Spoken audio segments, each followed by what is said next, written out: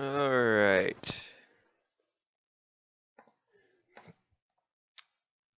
It's insane how much news I have to cover today, so we're going to go through this very quickly, well, as quickly as possible. So, if we look here at yesterday's video, so November 29th, we see that, well, Bitcoin was at 189. Now, Bitcoin is at 9,775. The market cap is at 186.9 billion, and today it's 163.3. So what it looks like to me is that a lot of people put their money in, maybe started dropping, and then got scared. That whole couple people started selling, and it snowballed. And all the new, inexperienced traders sold out of fear. Because when it was higher, we had actually more people putting money in.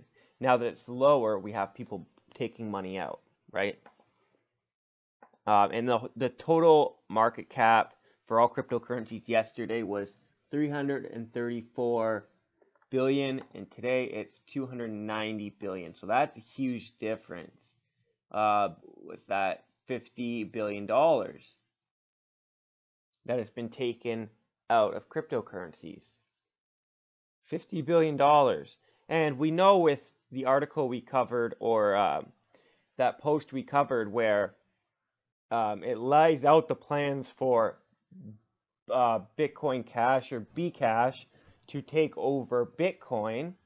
One of the plans is to start taking billions of dollars out of Bitcoin and start using that to fund Bcash or Bitcoin Cash.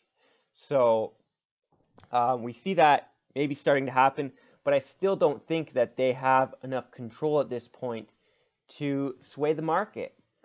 Like, it did say, that article, that they had plans to, the article was written July 30th, and it said how they have plans to make Bitcoin Cash about 0.1 Bitcoin.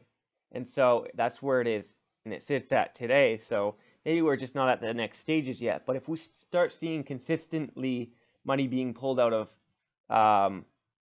Bitcoin and put into Bitcoin Cash, that's when we need to start, scratching our head and wondering if this is actually happening. But just money being pulled out of cryptocurrencies in general, that seems just like fear and inexperienced traders, or people just taking profits. But it would have been people taking profits as soon as it started going down, realizing, okay, this up is over. It's starting to go down. So that's usually when people will get out. Not when it's at its peak and still going up, but when it's at its peak, it starts going down. And what that did was it started crashing the markets. So here is our overview for today. So we have comparing the markets to yesterday, and how it kind of shut down the market now that a lot of people are trying to pull money out. We have Coinbase against the government. So the court case where the government was trying to get records from Coinbase, and they're trying to fight it. Bitcoin Cash takes a defeat. Or should we start calling it Bcash, because more of the internet is calling it Bcash? There's only a handful of people that are trying to call it Bitcoin with a cash beside it. They're trying to steal the name, and people are catching on to this. There's a lot of people that love Bitcoin out there, and they're not going to let this happen. So we'll talk about that. Is Bitcoin mainstream? We also have another house listing for Bitcoin, and we'll share that with you. Feds say Bitcoin is not for now, but the future. So it's not important right now, they're saying. So I tried to transfer some money out of my exchanges yesterday and into Exodus, because now that it was at its all-time high, and that gives reason for attacks, people trying to hack Bitcoin now that it's worth so much, right? So I'm trying to secure some of my funds, and I wouldn't be surprised if one exchange got hacked. We're due for some sort of negativity to happen in the marketplace. I'm not saying I want it to happen, but people that don't want Bitcoin to succeed are going to have their next attack. If they're going to have it, it's going to happen here soon. So make sure you're protected. So Coinbase ordered to report 14,355 users to the IRS. So we have one article here by The Verge that was reported actually yesterday, and it's talking about the same thing that a lot of articles are talking about today, but supposedly a lot of these other cryptocurrency websites are saying it's a victory, right? It's a partial victory. So let us know in the comments if you think it is a victory or a defeat, because it can look like either way depending on how you spin it. It's kind of like the glass is half full or half empty kind of thing, because most other exchanges have had this same thing happen to them. So it's not a win. This is normal. They got defeated because, in my opinion, because they were trying to fight not giving their records to the government, because they're supposed to be decentralized and people are investing in it and have faith in it because it's decentralized and separate from the government, and government can't control and track and follow what you're doing as easily, or any data hungry tech company. So now that they were trying to get forced to give data, that kind of inhibits their company. People have less faith in it if they can just at any time the government get records or do anything they want, basically bully the company, right? So today, Coinbase suffered a major defeat at the hands of the Internal Revenue Service, nearly a year after the case was initially filed. So if you go on most exchanges right now, you have to upload your ID, passport, driver's license, address, proof of address, so bills, hydro bills, and things like that, if you want to be able to either A, withdraw big amounts of money, or B, have wire or bank transfers into your bank account. And so if you are using lots of money on your account, most likely you're going to want to activate that setting and then have to upload your ID. So then it's basically the people that are using big amounts of money on there that they want to trace and track, because it's too hard to follow everybody's trades and transactions. That would take forever, and you need artificial intelligence to do that. And I do think they're working on more technology that can do that, and definitely they have worked on technology to follow and track Bitcoin, even when it's not really trackable. So they want their money. It's really about the taxes, the government wanting money and trying to make it so that people don't have more power than they do and more money than they do.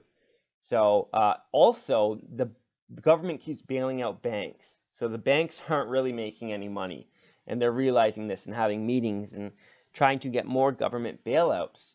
And so if the government can take 25% for capital gains taxes, the government takes 25% of what all these big investors make, they can use that money to then bail out the banks and keep the corrupt system going. So it's not, if you're in cryptocurrencies for, the libertarian aspect of it, you would not want to give your records over, and you would use any anything. So Bitcoin not being as good to use for people that are libertarian anymore because it's gotten too much attention, and therefore you're not as, transparent and private with your transactions because there's a lot of prying eyes trying to see your transactions just so that they can get money from you. Government is greedy. So I see a lot of articles trying to spin it off as it was a partial victory, but Coinbase has a lot of money and a lot of venture capitalist money, and they could easily pay for these articles to say, oh, it's a victory, right? You know what I mean? So, yeah, Bitcoin will be featured on the Big Bang Theory airing on Thursday, so keep your eyes open for that, guys. The whole episode is going to be on Bitcoin and mining Bitcoin and trying to figure out how to get this Bitcoin out of their computers that they mined years ago and use it. So we also have here Trump's Federal Reserve nominee. Cryptos don't really matter today. So he's basically saying, Bitcoin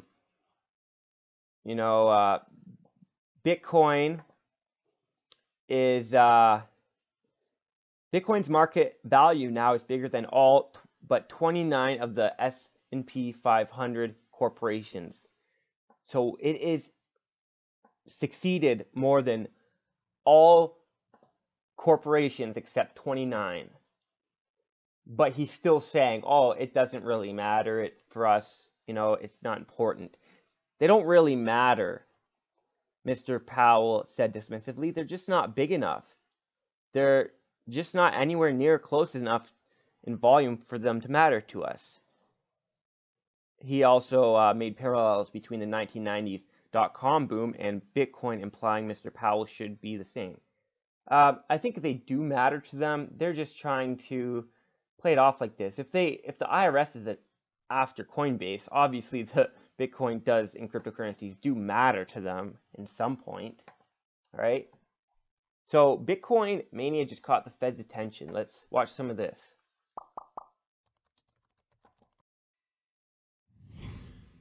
Well, Bitcoin is nearing the $10,000 milestone and even attracting attention on Capitol Hill, where Federal Reserve Chair nominee Jerome Powell said the Fed has its eyes on the cryptocurrency.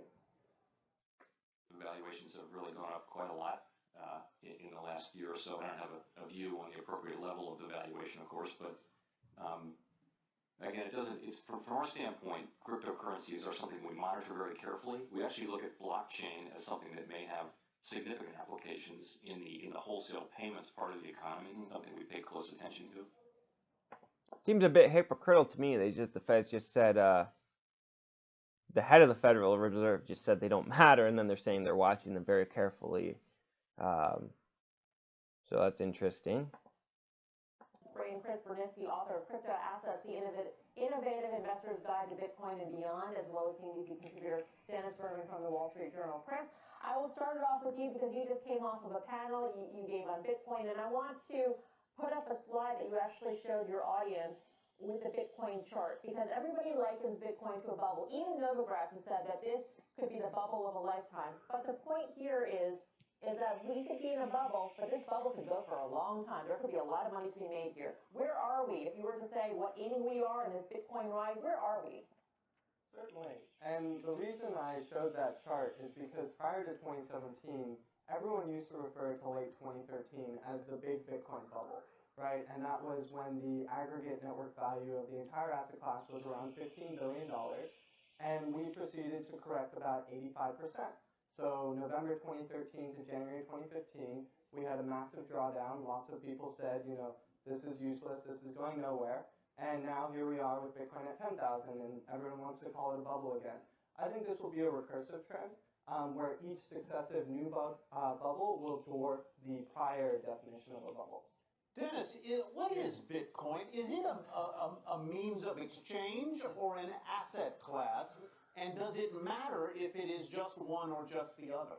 Tyler, we're having this very same debate in our morning meeting at the Wall Street Journal. And it was a range of answers. 1, it's a currency. 2, it's a commodity. 3, it's a store of value. 4, it's a sort of speculative notion. I think. So let us know in the description what you think it is.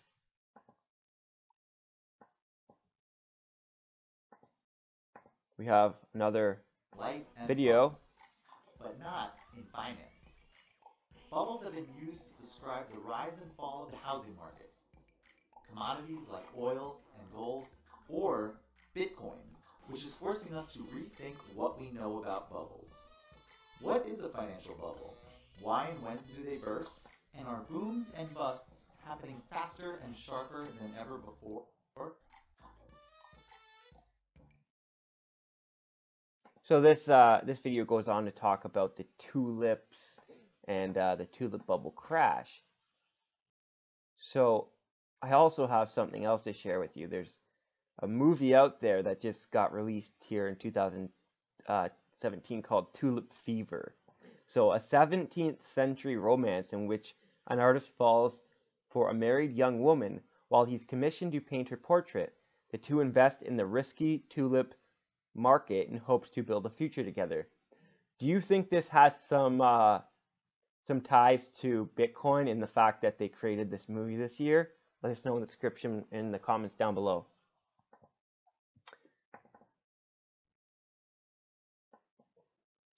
So we have here another property available for Bitcoin.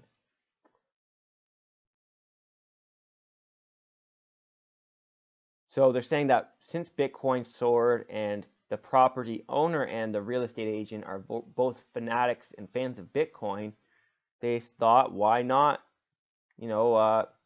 list it for Bitcoin, because there's a lot of people around there that probably have Bitcoin. I think it's, Australia? Let's confirm that. So here's the property. It's beautiful. It's got so much forest around it, and they say that all you can hear is the chorus of birds. And when I just look at this and sit there quietly, I can hear the birds chirping.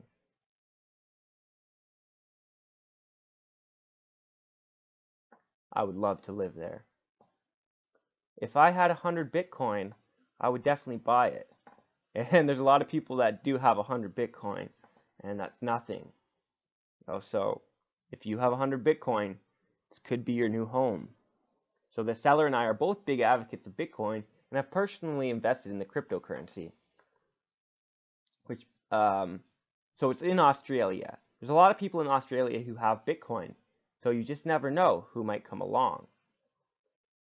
So I'll leave this article in the description after the video is published, so that you can find it if you want to make an offer. But it also brings us to our next point. Also, is Bitcoin mainstream now?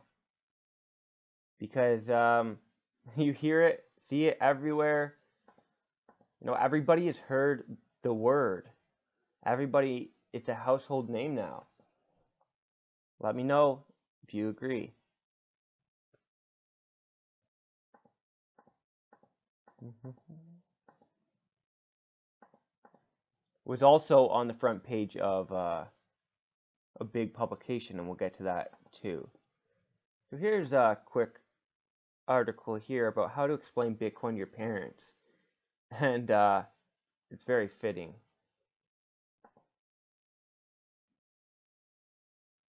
So Charlie Lee just finished watching the video. I was surprised to see Roger attack John by saying all John did was create a tiny porno site that made less than $1 million a year, all because he said Bcash a few times. Wow. Roger, let's debate, me and you. And I've been following this too, and it's pretty interesting when you see what's going on. A lot of people now calling Bitcoin Cash Bcash. So here on TradingView, it's called Bcash. And I saw on Bitfinex, it's called Bcash.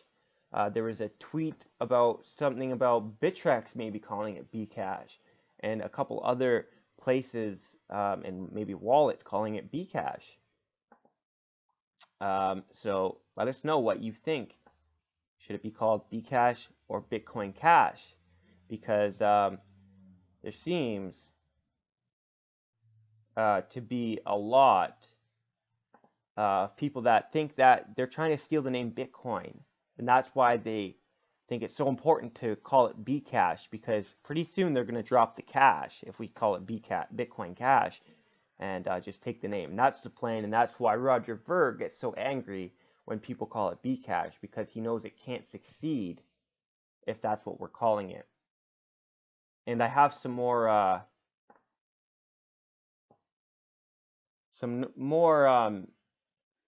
things talking about Bcash too. So some Reddit posts here, threads. Let's not give them any more legitimacy. They stole the logo. Let's not let them steal the name as well. Bcash forevermore. Let's call it Bcrash Coin. They cloned the code, tried to steal the name, but they will never have the pedigree.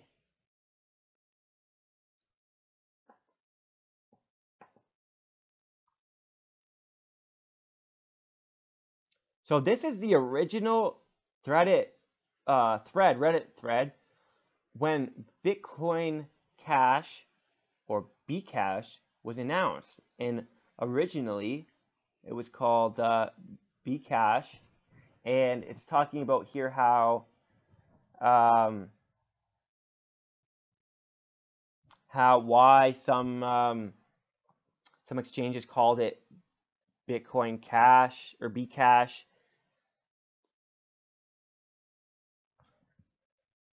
And most places like Bitfinex and things like that did call it Bcash to avoid confusion. And it makes total sense. There's a lot of new users using Bitcoin, and they don't need to be confused in sending Bitcoin to a Bitcoin Cash wallet and losing all their money. So Yahoo just created a new way to organize cryptocurrencies here. So, you know, more evidence that it's becoming mainstream.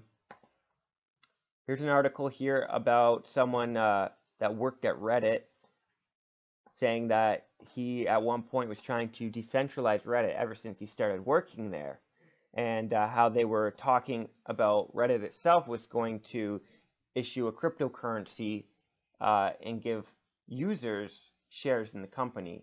So he was trying to decentralize Reddit, and then they had this idea, and he was going to help work. He was helping working on it, and left his job at BitPay, but the project got scrapped after new ownership, or someone took over the project, and it never happened.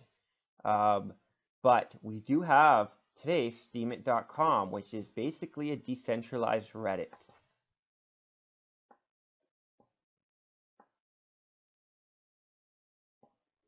So buy your coins now, 17% discount. And I think with me, I'm going to stay in. And if it goes, because you're not supposed to invest more than you can lose anyways, right? So I'd say if it's not anywhere near the price you bought it at, you're still good. If it's going towards the price you bought it at, yeah, maybe get out before it goes lower. But at this point, you can just get your coins cheaper if you want to buy in. And they're also talking about how GDAX is not working. Coinbase is not working. I tried to send money from my exchanges to my Exodus wallet, and they still haven't went through. Even my Bitcoin Cash transfers have not went through yet. And a lot of these exchanges they only keep a certain amount of Bitcoin online at once, and a lot of people are trying to take it out. So some exchanges are shutting down probably to protect the price of Bitcoin so it doesn't crash anymore, and then some just don't have any funds online anymore, and some exchanges spell that out, that if their hot wallet gets depleted, then it'll take 12 hours for them to replenish it. But it's been 12 hours and I still haven't got my Bitcoin. But I did look at the transactions and the wallets on blockchain info and stuff like that, and they seem to be on the way, but maybe just not fully confirmed yet. There's probably a lot of clogging on the Bitcoin network and things like that. Last night at dinner, I overheard a couple talking about Bitcoin. As I finished up my dinner at a small restaurant in my hometown, I was checking Coinbase and ironically overheard a couple at the table behind us talk about hard forks. I turned around and said, I don't mean to be rude, but you're talking about Bitcoin? The gentleman immediately smiled and said, you too? And I shook my hand. He bought me a drink and we chatted for about an hour. It's beautiful, guys. Bitcoin does bring people together. It actually, I was talking to my cousin. I hadn't talked to him for 2 years, but we had a Christmas party, and he's got Bitcoin. He's following cryptocurrencies on his phone, watching the prices, and he wants to get in and day trade. So that gave us something to talk about, and hopefully something to get together for in the future. This is OCD right here, for sure. This guy here, I guess he bought Bitcoin in the early stages, right? He's definitely eaten, but he just, he doesn't know how to use that Lambo. He didn't know that buying the Lambo was the easy part. Just because buying Bitcoin basically was the easy part. Actually, using what you bought is the hard part. So there's also some more forks on the way. So we have Super Bitcoin. Let's see here. Bitcoin Diamond, obviously, but we have Bitcoin Uranium and Super Bitcoin. So Ars Technica has an article, I guess, here. Get ready for a new wave of Bitcoin forks. So we're going to put some of this in the links in the description once this video is done rendering and YouTube uploads it. So check back and read some of these articles if you're interested. I'm going to read this article now because I haven't read it yet, but you can go and do that yourself. So we'll see you later, guys. Peace.